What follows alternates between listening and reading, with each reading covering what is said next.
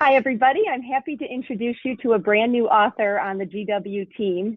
Don Steeby just recently wrote Hydronic Heating for the HVAC market, and I'm happy to introduce him to you today. Hi, Don. How are you doing? Hello, Cathy. I'm well, thank you. Great. I thought first if you can give our audience a little bit of background about your journey with HVAC, that would be a great place to start. Sure. I've been in the industry in one form or another for the past 35 years. Started out doing maintenance for an apartment complex, and my journey has taken me through various phases of installation, service, sales, project management, and it's all kind of culminated to my teaching career, which I'm currently doing. Okay, excellent. And where are you teaching? I'm a professor of HVAC at Grand Rapids Community College in Michigan. So we want to, of course, talk about your new textbook, Hydronic Heating. Can you tell us what motivated you to write the book? I know it's a big undertaking, so what motivated you to do it? Well, I teach a boiler class. It started out as a boiler per se class that I've been teaching for the last 14 years. And it really didn't have the text or resource that I needed, which I felt to adequately convey the class, the information that's out there currently on hydronic heating.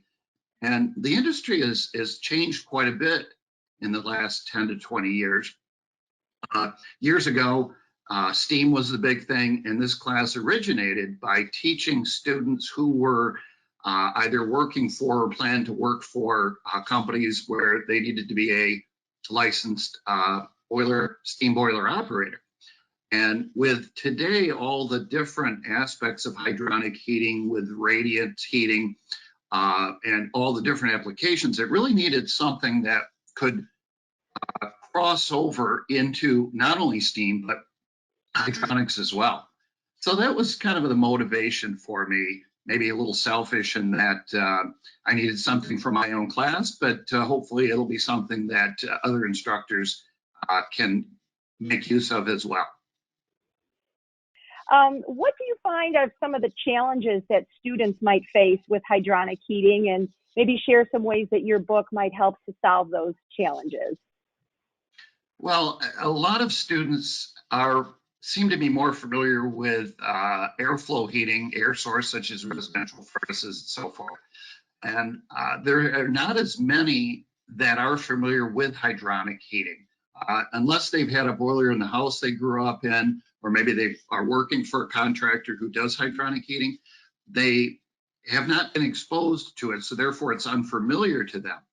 However, I've had many students who have gone through the program and have come back years later. They like to come back and visit, say hello, and they will tell me, gee, I wish I would have paid more attention in the boiler class. We're doing so much of this now. So I tend to try to introduce the course by explaining to them, guys, there's a lot of this out there.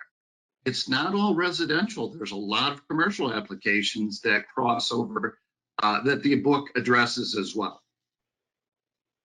And are there good careers for students right out of the gate with hydronic heating, or is there something to add on to their general HVAC skill set?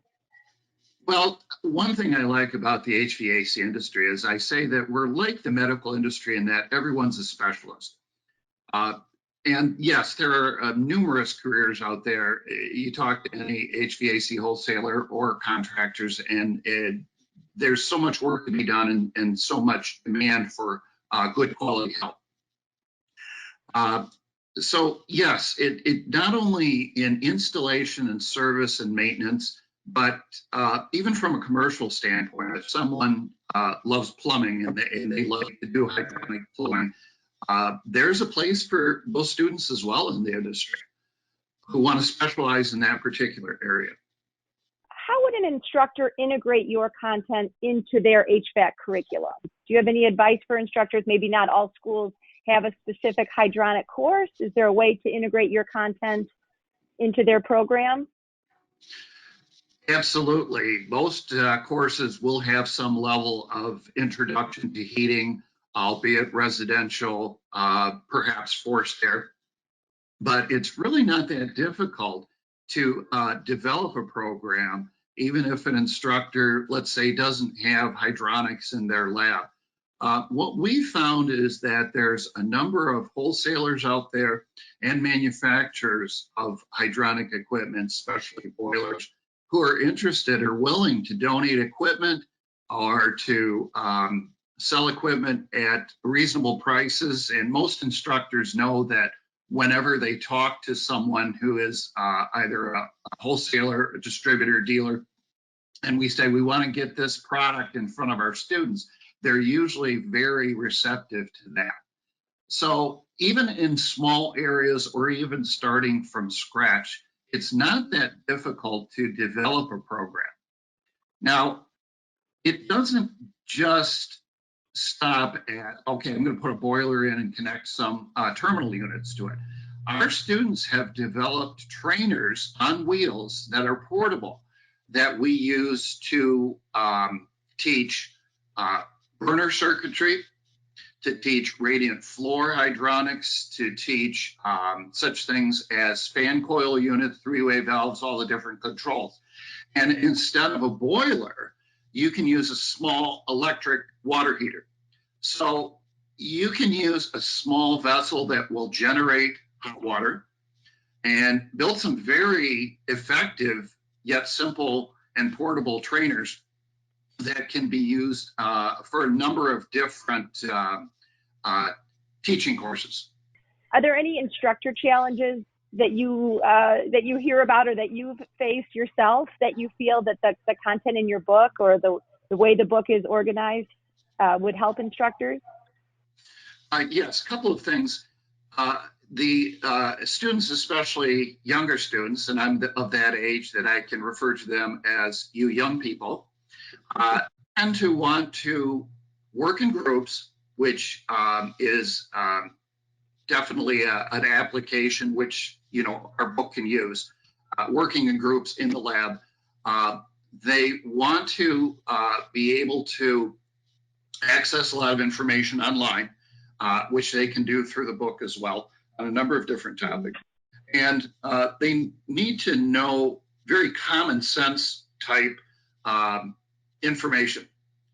What I feel we've done with this textbook is we've bridged the gap between I'm going to call it the do-it-yourselfer type simplistic textbook or handbook or whatever, between that and the higher level engineering.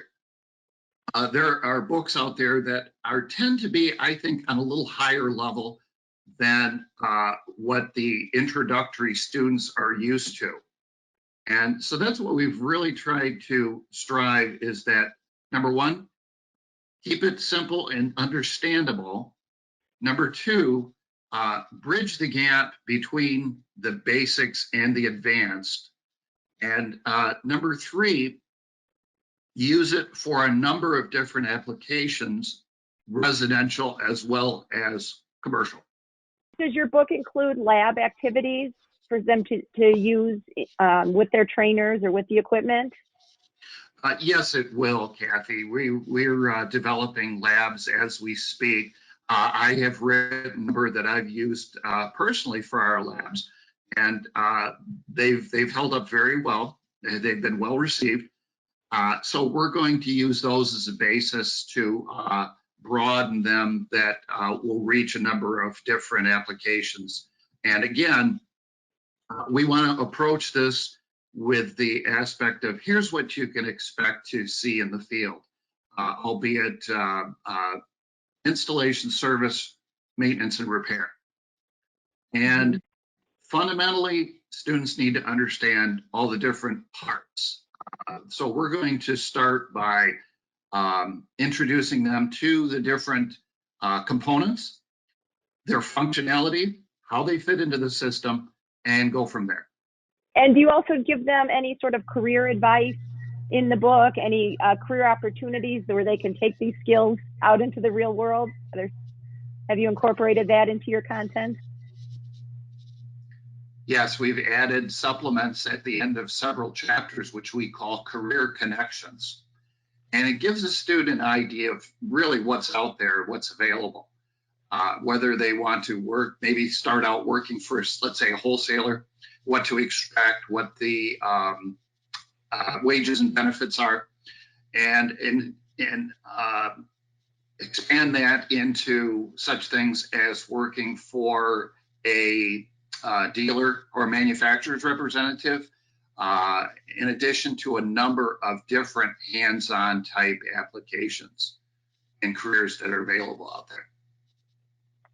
You talked a little bit about trends that you're seeing in the field for hydronics. Is there anything else you wanted to add in general about hydronics? What I think has really taken off is the world of radiant heating.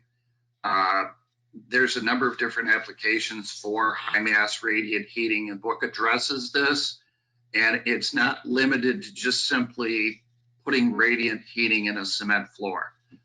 There are so many different applications that are being used for radiant. Another thing that we talk about in the book is solar. With the trend toward using renewable energy, we've dedicated an entire chapter to solar thermal storage, which can be used standalone or in addition to an existing system. And again, it allows the reader to expand their mind into what the different possibilities are available out there. In addition, we've included a chapter on outdoor wood boilers. So for our friends who live in rural areas, who have abundant wood and biomass available, this is another area that we just simply want to be able to cover so that we can be all inclusive. Are there any specific names of courses that students would look for a hydronic heating curriculum? Sure. Basic boiler operation, hydronic heating, introduction to hydronics, any type of heating courses. In fact, I even included hydronic heating in our basic heating class, which was fundamentally forced air furnaces. But we also wanted to include hydronic heating in that curriculum as well. So look for the word heating and expand upon that. You're just about done with with all the resources for the book, I believe.